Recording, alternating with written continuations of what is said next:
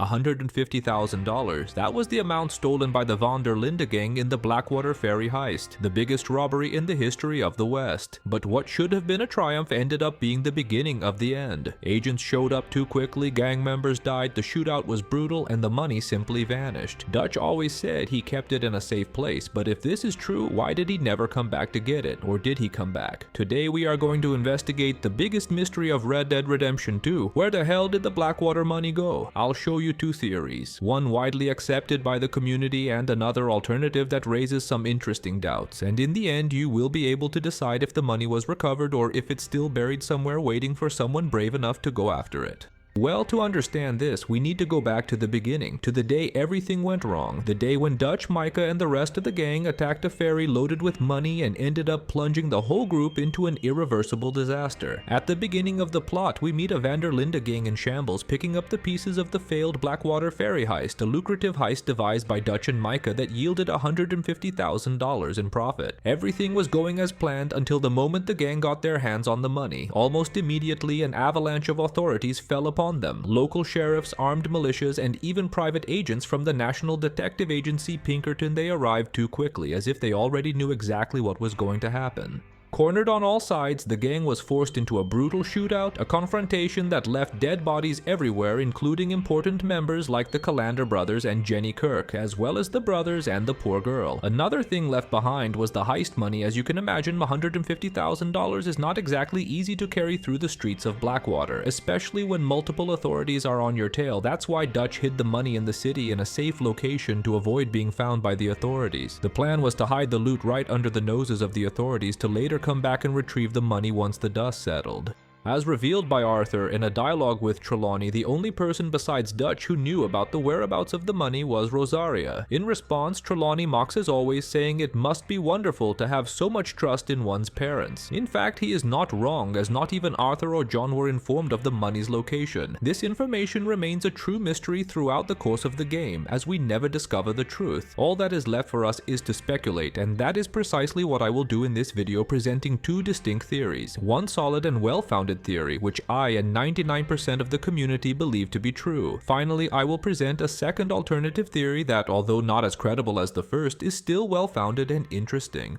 As we see in the mission, The Last Shall Be First, Blackwater is under a strict lockdown orchestrated by the authorities, with patrols on every street, a strict curfew, and a strong control at the city limits. The reason behind all this commotion can be understood by analyzing a report published at the time of the robbery. The newspaper states that the ferry heist was considered the largest in the region in many years, both in terms of the value involved and the violence of the confrontation. The impact was so significant that the authorities decided to completely isolate the city of Blackwater, starting an intense search operation and putting bounties on the heads of those involved.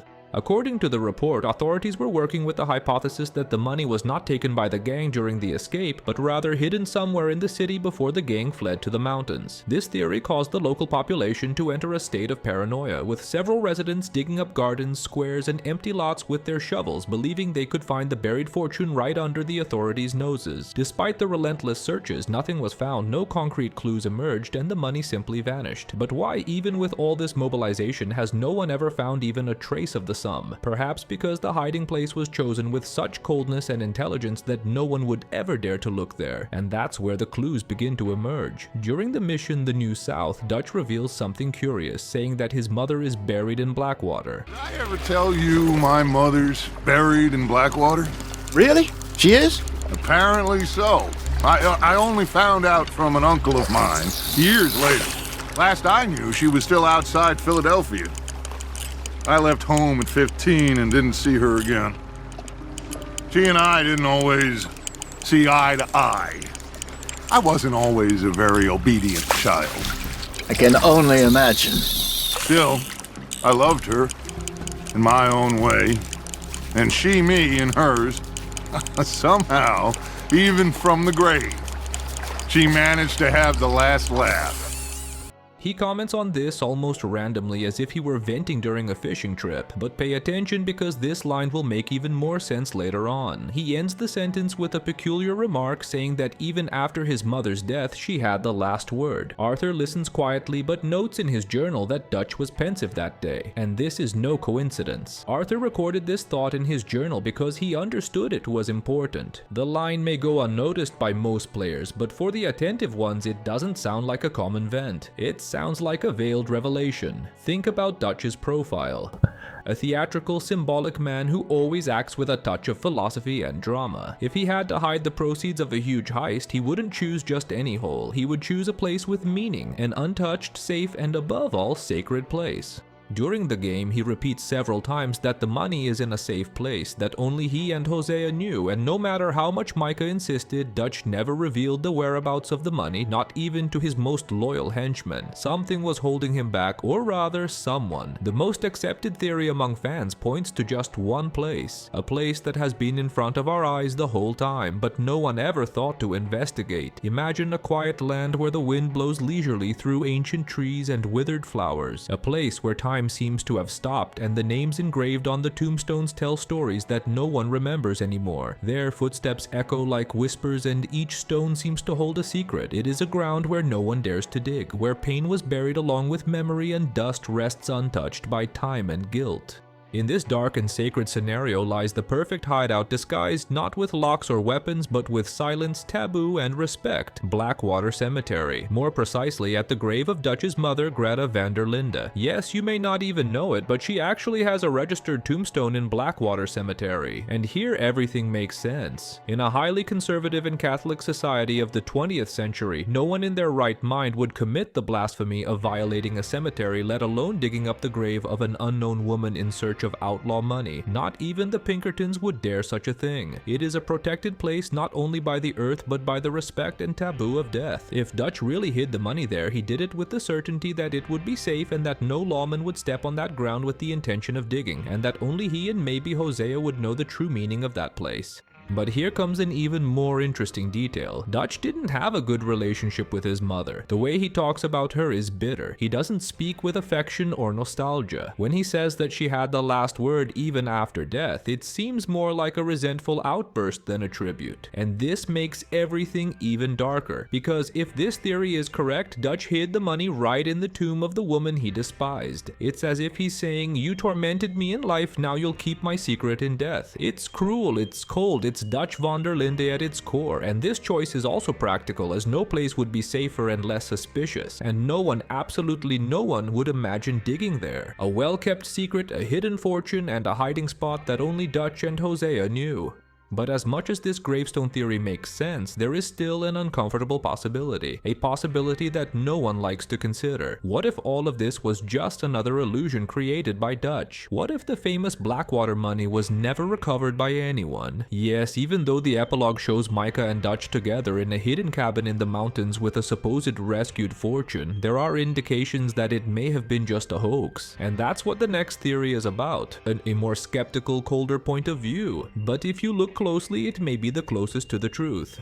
At the end of the epic mission American Venom, John and Sadie find a chest full of gold bars in Micah's hideout at Mount Hagen. This money Sadie herself claims is the fortune from the Blackwater ferry heist. This hypothesis is confirmed by Micah, who in trying to convince John to join him and Dutch, states that the duo returned to Blackwater and recovered the money. In other words, that money should indeed be the $150,000 stolen from the ferry. But here comes an intriguing detail. Why were there only $20,000 of that notorious money left? Considering that this is the amount John has in Epilogue 2, we could even consider that the money from the chest was used to pay off the ranch debt, with another part being divided between Sadie and Charles. But still, isn't it strange that John ended up with only 20 out of the 150,000? Well, there's definitely something off. If John ended up with only 20,000 of that money, what the hell happened to the other 130,000? Taking this question into consideration, this alternative theory suggests that the Blackwater money was never actually recovered, and what was actually in the Mount Hagen's chest was not the ferry's fortune, but rather the gang's accumulated money from the heists throughout the plot. What reinforces this idea is the alternative ending of the Red Dead Redemption mission. If the player chooses to return to the gang's hideout, Arthur finds a chest with exactly $42,775, a significant amount but still far from the $150,000 from the ferry.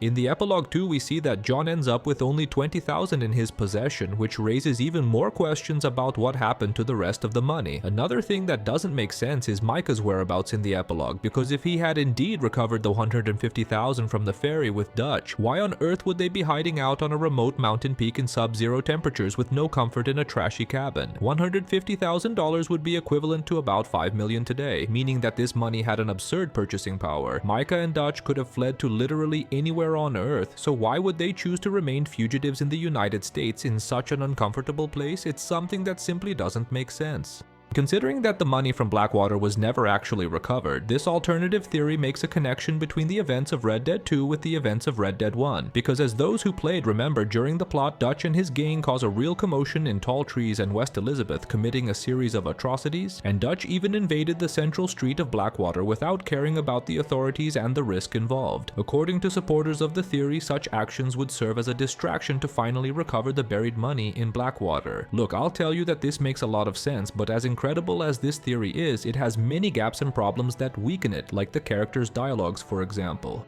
Because as I mentioned, both Micah and Sadie say in the final mission that that money is from the Blackwater ferry. Of course, there's the factor of the amount found in the chest being much smaller than the 150,000 stolen. But truth be told, 9 years have passed since Arthur's death until the American Venom mission. It is never clear when exactly Dutch and Micah recovered such money, so it could have been in 1900 or even in 1906, so it is quite reasonable that this fortune was spent over the years with the duo using the money to continue on the run, recruiting accomplices, bribing authorities, and so on. Along with this, there is the possibility that the duo did not recover the full amount of the loot, either because they were seen and left part of the money behind in the cemetery, or because Dutch himself couldn't bury exactly $150,000 in 1899.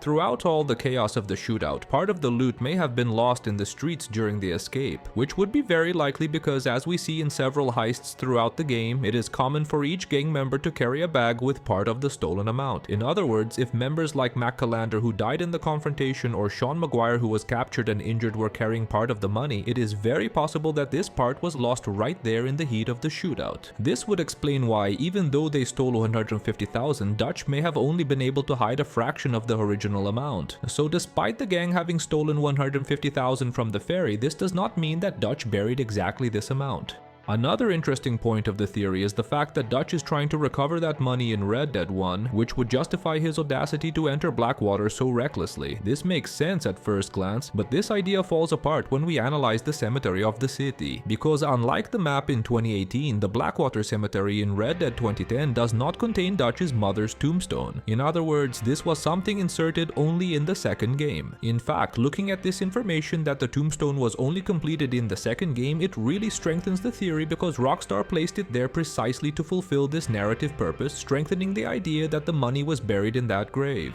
But what about you? Which theory do you agree with the most? Do you think the money was actually hidden in Greta's tombstone and was recovered by Micah Dutch? Or was that fortune actually from the gang's looting throughout the plot and was never actually recovered? Leave your thoughts in the comments and let's debate beyond the mystery of the money's whereabouts, the massacre of Blackwater. Red Dead 2 still hides many secrets, from simple curiosities to extremely complex mysteries. By clicking here next to the arrow, you'll see a video with a fact about each Red Dead 2 mission, and trust me when I say this video is sensational. Hope you enjoyed this video and see you soon. Peace out.